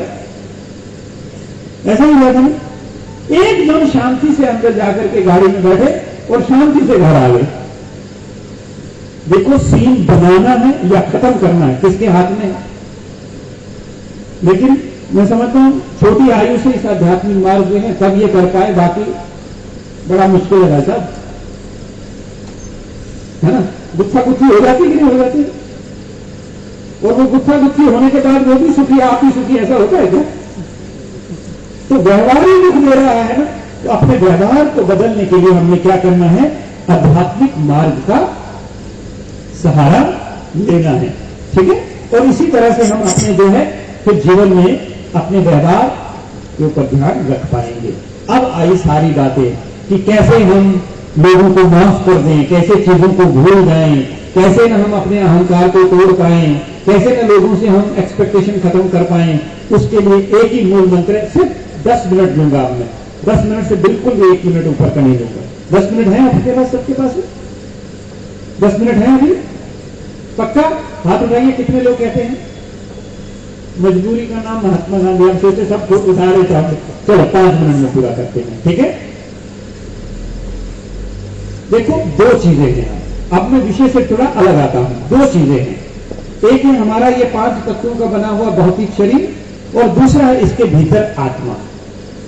शरीर का जो भोजन है ना वो दाल रोटी सब्जी फ्रूट जूस सैलड ये सारी चीजें हैं, लेकिन आपकी आत्मा को दाल रोटी सब्जी फ्रूट जूस से कोई दूर दूर तक लेना देना नहीं है। आत्मा का जो भोजन है ना वो है ईश्वर का ध्यान और ईश्वर का ज्ञान। जब आप ज्ञान और ध्यान जीवन में थोड़ा थोड़ा आधा घंटा रोज अपने जीवन में करेंगे तो ये जितनी भी बातें हैं बहुत सरलता से आप अपने जीवन में कर पाएंगे। कोई बड़ी मुश्किल की बात नहीं है। मैं अपना अनुभव बताता हूं। मैंने राजपूत परिवार में जन्म लिया, बचपन से अहंकारी थे, कूट कूट करके भरे, 7 फुट थे। और हमारे दादा सुनाते थे परदादा के बारे में कि उनके पास 12 किलो की तलवार रहती थी, और जब इंसान को काटते थे ना गर्दन से नहीं, ऐसे काटते थे 2 हिस्से में। ऐसे खूंखार जल्लाद किस्म के आदमी थे वो। उस परिवार में हमने जन्म लिया। अगर मैं आपको शांति का ज्ञान दे रहा हूं तो आप सोचिएगा अगर मैं कर सकता हूं तो आप क्यों नहीं कर सकते हैं? करना नहीं चाहते हैं। सुन लिया, अच्छा लगा, बहुत कहा, बहुत बढ़िया बहुत बढ़िया, लेकिन कल से बढ़िया बनूंगा, आधा घंटा अपनी आत्मा के लिए भी दूंगा, वो हम बहुत कम सोच पाते हैं। लेकिन आज वो नहीं करना है। क्यों? क्योंकि यह वक्त भी, हाँ पैसा कितनी उम्र होगी? 74 है ना। ऐसा लगता कल ही आया, कब 74 साल का हो गया? नहीं लगता कि नहीं लगता? मतलब यूं जिंदगी के जो साल हैं वो गुजर जाते हैं, है ना। और आगे और 74 है आपके पास? नहीं है ना। मुझे तो यह भी नहीं मालूम है मैं इस स्टेज से नीचे भी उतर पाऊंगा कि नहीं। तो फिर जो कल करना है सो आज कर, जो आज करना है सो अब कर। ये किसका डायलॉग था? सीता का। क्या कहती थी? जो कल करना है सो आज कर, जो आज करना है सो अब कर। लेकिन कलयुग की सीता जो है वो क्या कहती है? जो आज करना है सो कल कर, और जो कल करना है सो परसों। इतनी भी क्या जल्दी है जब पड़े हैं बरसों, है ना? इतनी भी क्या जल्दी है जो पड़े हैं। हाँ, तो ऐसा है क्या? तो थोड़ा सा समय निकाल करके आपने क्या करना है? 24 घंटे हैं आपके पास। कोई है जो कहता मेरे पास तो 23 हैं, एक नहीं है, कम है, या 22 है या 20 है? सबके पास ईश्वर ने सेम 24 घंटे दिए हैं। 8 घंटा आप सोते हैं, सोते कि नहीं सोते? या फिर उसी में लगे रहते हैं? 8 घंटे तो सोते होंगे, बाकी 8 घंटे आप क्या करते हैं? खेती में काम करते होंगे, ऑफिस में काम करते होंगे, कोई तो काम करते होंगे, दुकान पे जाकर के काम करते होंगे। 8 घंटे, 8 और 8 कितने हो गए? 16। बाकी कितने बचे? 8। उन 8 घंटों में क्या करते हैं आपके? चलो उसमें से भी 7 घंटे दुनियादारी को दे दो, रिश्तेदारों को दे दो, मोहल्ले वालों को दे दो, आसपास के लोगों को दे दो, करो सबको खुश। लेकिन 1 घंटा जो है वो अपने ऊपर लगाइए। क्या? 1 घंटा किसके ऊपर लगाना है? अपने ऊपर। और उस 1 घंटे के बीच में कोई नहीं आएगा। देखो माताएं, आप अपने घर वालों के लिए खाना बनाती हैं, है ना, झाड़ू लगाती हैं, पोछा लगाती हैं, उनके बर्तन मांजती हैं, कितना कुछ करती हैं। फिर भी भाई लोग क्या कहते हैं? तू करती क्या है ना? फिर यहां से क्या बहते हैं? पानी की धारा। यही है ना? इतना करने के बाद भी हमको सर्टिफिकेट क्या मिलता है? कि तुम करते ही। लेकिन अगर आप 1 घंटा ईश्वर के मार्ग पर लगाएंगे ना, तो वो अंत में ये कहेगा कि जो तूने मेरे लिए किया वो कोई नहीं कर सकता। केवल 1 घंटा, ठीक है? इतना तो कर सकते कि नहीं? तो 1 घंटा आपने निकालना है। और 3 दिन, अगले 3 दिन, अभी बहन जी अनाउंस करेंगे, अगले 3 दिन जो है ये जो राजयोग का कोर्स है, जिसमें आपको आत्मा, परमात्मा, कर्म के बारे में और गहराई से बहन जी सिखाएंगी, और फिर आपको ध्यान भी लगाना सिखाएंगी। तो जब आप ये 3 दिन का कोर्स कर लेंगे, साथ में ध्यान सीख लेंगे, तो धीरे धीरे धीरे धीरे आपके जीवन में परिवर्तन आने लगेगा। डरना नहीं, ये भी छोड़ना पड़े, कुछ नहीं छोड़ना है, जो मन में आए सब खा डालो, ठीक है? मैं आपको कभी नहीं कहूंगा कि कुछ छोड़ना है, कुछ मत छोड़ो। बस जो भगवान कहते हैं ना, उसका थोड़ा थोड़ा ज्ञान सुन लो। फिर जब आपको लगे कि ये ठीक नहीं, तब छोड़ देना। कोई जबरदस्ती है क्या? जैसे भाई साहब बोलते हैं कि मैं प्याज खाता हूं, भगवान कहेंगे चल हट जा, तू प्याज खा के आया ये ऊपर, ऐसा बोलेंगे कभी? नहीं ना। तो ये हमने भ्रांतियां बना ली हैं कि कहीं भी जुड़ेंगे तो लहसुन छोड़ना पड़ेगा, प्याज छोड़ना पड़ेगा, फिर इसके हाथ का छोड़ना पड़ेगा, उसके हाथ का छोड़ना पड़ेगा। तो हम ये जो खा रहे हैं ये भी तो हाथ है ना, किसी के दिए हुए, है ना? तो बस आपने 3 दिन का राजयोग का कोर्स जरूर करना है, 1 घंटा निकालना है। आप देखो LIC पॉलिसी निकाली है ना आप लोगों ने अपनी? LIC पॉलिसी कराते कि नहीं कराते? तो LIC पॉलिसी अगर बैनर देखो, उसके ऊपर क्या लिखा रहता है? जीवन के साथ भी, क्या क्या लिखा रहता है? जीवन के साथ भी और जीवन के झूठ है ये। पता कैसे? देखो इंश्योरेंस मैंने करवाया, तो जीते जी जो भी आएगा तो बीवी ले जाएगी मेरी, फिर मैं मर जाऊंगा तो फिर भी किसको मिलेंगे? तो जीवन के साथ भी नहीं, तो बाद भी नहीं, हाँ या ना? लेकिन अगर आप 1 घंटा ईश्वर के मार्ग पे लगाओगे ना, तो मैं गारंटी देता हूं, जीवन के साथ भी तो जीवन के बाद भी। ओम शांति और धन्यवाद। अब मैं चाहूंगा कि आप सब लोग जो है, कितने लोग हैं जो कल से आने वाले हैं कोर्स के लिए 1 घंटा निकालेंगे अपने लिए? हाथ उठाइए। अच्छा, 1 2 3 4 5 6। अच्छा, बाकी क्या करेंगे? वही जो पहले से चल रहा था। थोड़ा समय जरूर निकालना, 1 घंटा। बहन जी इनके हिसाब से टाइम सेट करना, इनको जो भी टाइम सूट करता हो, नहीं तो ये बोलेंगे टाइम सूट नहीं करता है, तो इनके हिसाब से सुबह और शाम दोनों टाइम का, जो टाइम माताओं को सूट करता हो वो 2 टाइम भी आप अनाउंस करिए, और कहां कराने वाले हैं वो भी उनको बता दीजिए, ताकि कल से वो सब लोग जो है 1-1 घंटा निकाल करके ये राजयोग का कोर्स जरूर करेंगे। और अगर आप ऐसा करेंगे, दुनिया में भी एक प्रथा है कि गुरु को दक्षिणा दी जाती है, कहीं उनके अंगूठे काट के दिए। हमें आपका कुछ भी नहीं चाहिए, अंगूठा भी नहीं चाहिए, कुछ भी नहीं चाहिए, बस इतना करना जो आपने सुना है उसको अपने जीवन में धारण करना, बस। ओम शांति।